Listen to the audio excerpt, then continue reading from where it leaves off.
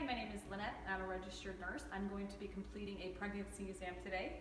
Emily is my patient. Emily, do you agree to be a patient for an exam? Yes. Do you agree to have the exam sent electronically to Elevate? Yes. I, Emily, give permission to to send this video electronically to Elevate. send this video electronically to Elevate.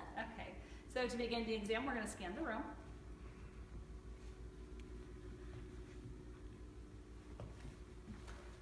Show the note card. The exam begins with me washing my hands. Emily has been made comfortable before the exam. We make sure that the room is warm for her. She's in a comfortable position. I asked Emily to empty her bladder to give her the best comfort. She is gravida 1 para 0. She's 14 weeks pregnant. We did vital signs at the beginning of the exam. Blood pressure 114/78, heart rate of 90, respirations 18 and easy, temperature of 37 degrees Celsius. She's 162 centimeters in height, 72 kilograms in weight, with a BMI of 27.5. To begin the exam, I'm actually going to perform a head and neck exam on Emily. So, palpating, looking for any tenderness, lesions, anything like that. Looking at her hair. Her hair is thick and shiny and soft. We're going to move on to an eye exam. When I'm doing the eye exam, I'm just gonna have you look up and I'm gonna look at the eyes. Good.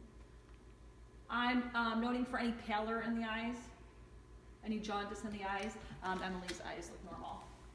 I'm now going to look in the nares. Okay. Her nares are moist, no masses noted in there. I'm going to go ahead and do a mouth oral exam on her. Okay. Go ahead and stick your tongue out. Very good. Looking at her gums are pink. Her oral cavity is moist. Her teeth are good, no caries noted.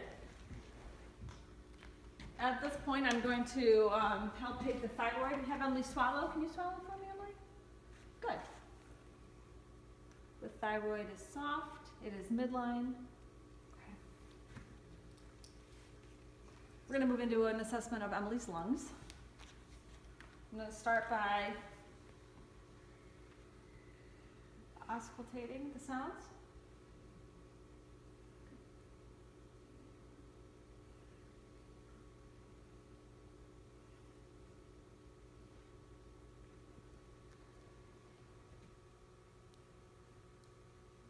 I'm going to percuss the back of the lungs.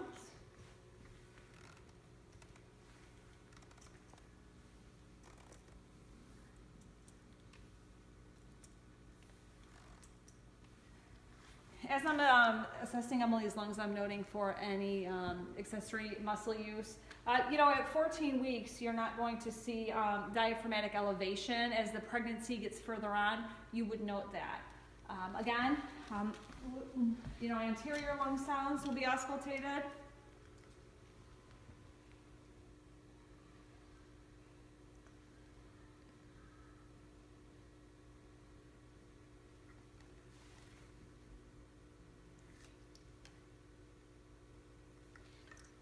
Again, respirations look easy. There's no accessory muscle use. There's no rhonchi. There's no rales. There's no wheezes with Emily. I'm going to go in and listen to the heart sounds now, using the diaphragm and the bell.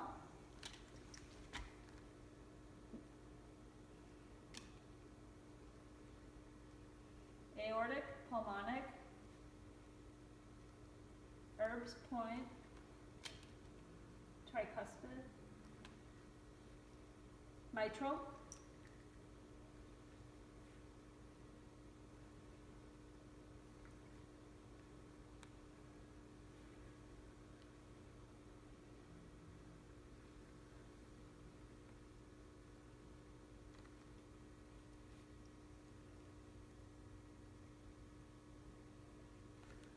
again, that was aortic, pulmonic, Erb's point, tricuspid, and mitral.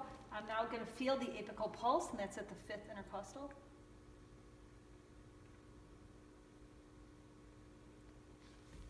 I'm going to go ahead and feel Emily's lymph nodes, posterior and anterior, pre and post auricular, supraclavicular,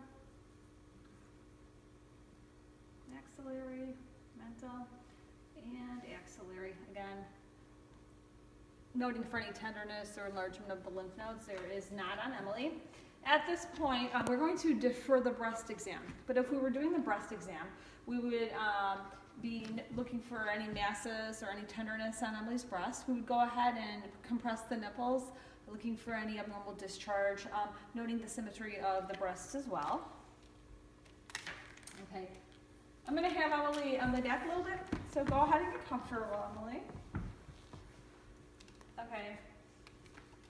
At 14 weeks, you are not going to see any frank abdominal expansion yet, as the baby is still relatively small, and Emily. But we would go ahead and perform some very light palpation of the abdomen.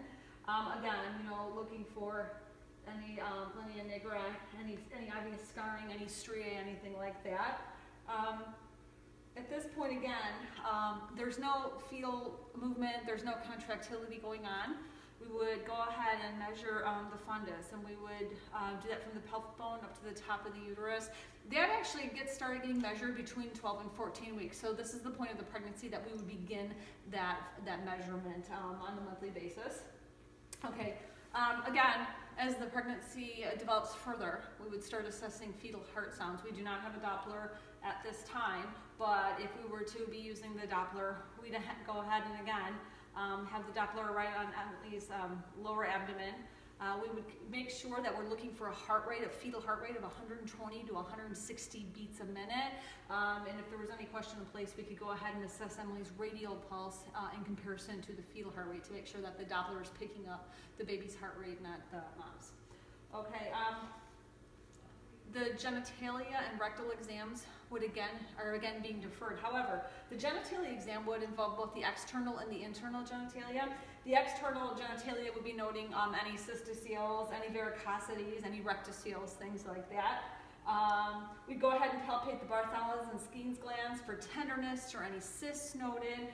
Again, the internal exam would be noting the color and shape of the cervix. We would complete a pap smear if it was not done. We'd go ahead and do a biannual vaginal exam. And again, noting the pelvic floor strength, noting the condition of the cervix, the uterus, things like that. The rectal exam would note any hemorrhoids. We would want to note an intact rectovaginal septum. Once we were done with that, we would go ahead and perform the Leopold exam. Now, the Leopold exam involves 4 different positionings of me, again, basically assessing the location of the baby to make sure the baby's in the correct position. So the Leopold exam would be assessing the top of the baby. And here, you're wanting to feel the baby's feet and the baby's buttocks. That's what you're hoping if the baby's in the correct position. Next, you would palpate the sides of the abdomen, each side. You should be feeling the baby's feet, the baby's elbows, the baby's hands, things like that. The third maneuver of Leopold is taking one hand and putting it at the bottom of the abdomen. And again, we're looking for the head. You want to make sure that the baby's head's in the right position. And last, the fourth Leopold maneuver would be using both hands. And again, you're noting the cephalic presentation. Which way is the baby facing? Which way is that head? Okay, I'm going to have Emily sit up, and we're going to do a couple of more things. At this point, we're looking for bilateral extremity edema. Now, as the pregnancy increases, and most especially during hot weather, it is common to see some edema in a pregnant woman. Looking today at Emily, there's no lower extremity edema. I'm going to go ahead and feel for pedal pulses. She has a strong bilateral pedal pulses. We're going to go ahead and do deep tendon reflexes. That's the patellar and the Achilles. What we're looking for here is hyperreflexia. Hyperreflexia would be an indication that Emily could be suffering from preeclampsia. Good. And she's got normal deep tendon reflexes. Okay, that concludes the pregnancy exam.